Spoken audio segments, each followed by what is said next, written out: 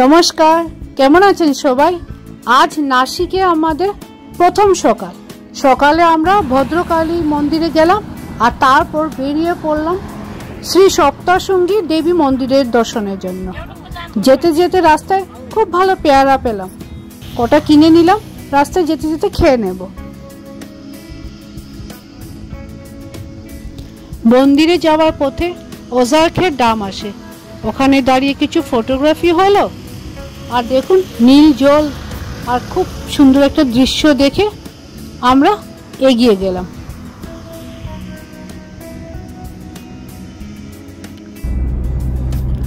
আমরা এবার বেরিয়ে পড়েছি সপ্তশৃঙ্গী মাতা মন্দিরের দর্শনে। এটা নাসিক থেকে 70 কিলোমিটার দূরে অবস্থিত এবং এটাকে হাফ শক্তিপীঠ বলেও বিখ্যাত। সপ্তশৃঙ্গীটা একটু পাহাড়ি জায়গাতে অবস্থিত। এটার নাম হয়েছে সপ্ত মানে 7 আর শৃঙ্গ মানে পিকস, তাই মিলিয়ে সপ্তশৃঙ্গী মাতা বলা হয়। এমনি মান্যতা আছে, এখানে একটা ধারণা আছে এখানে ঠাকুরের ডান হাত পড়েছিল। আবার কেউ কেউ বলে এখানে ঠাকুরের যেটা থোতা মানে চিন সেটা পড়েছিল। অবশ্য সেটা কেউ কনফার্ম করতে পারেনি।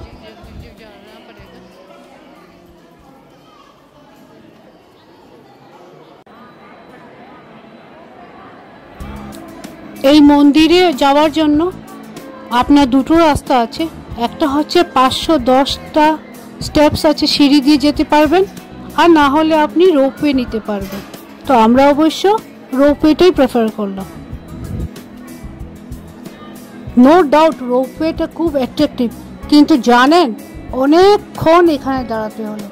আমরা অলমোস্ট 2 থেকে 3 ঘন্টা সময় এখানে দাঁড়িয়েছিলাম, এত ভিড় ছিল আমরা যেদিন গেছিলাম। হয়তো শনিবার বলে এত ভিড় পেয়েছি, কিন্তু রোপওয়ের অভিজ্ঞতাটা খুবই ভালো। তাই যদি আপনারা যান উইকেন্ডটা কাইন্ডলি একটু অ্যাভয়েড করবেন, উইকেন্ডে গেলে খুব ভিড় পাবেন।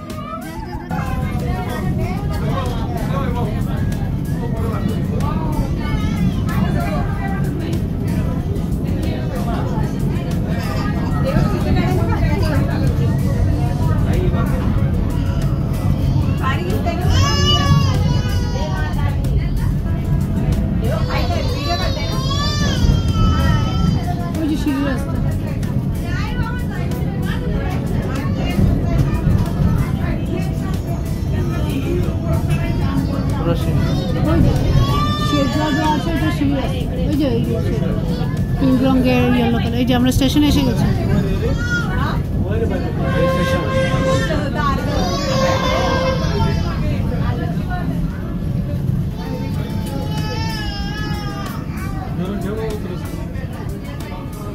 এখানে আমাদের ওয়েট করতে হতো, এখানে নামবো না, নেমে আমরা এসে গেছি উপরে, এখন আমরা চলে যাবো।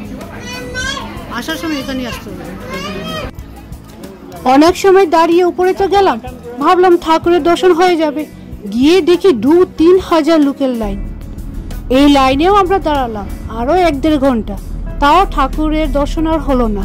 তারপর মনে খুব কষ্ট নিয়ে ফিরে এলাম নিচ থেকে একটু খাওয়া দাওয়া করে এই আমরা নাসিকের জন্য রওনা হয়ে গেলাম।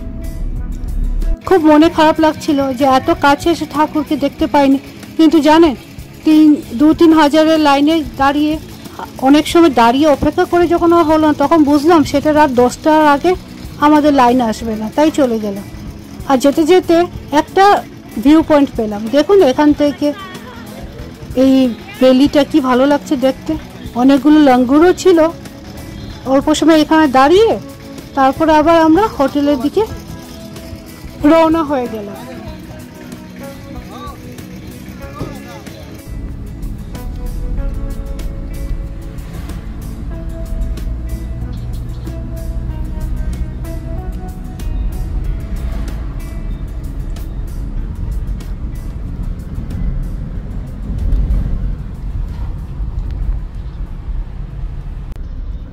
পাহাড়ের মাঝে গণেশজি দেখতে পেলাম, দেখুন।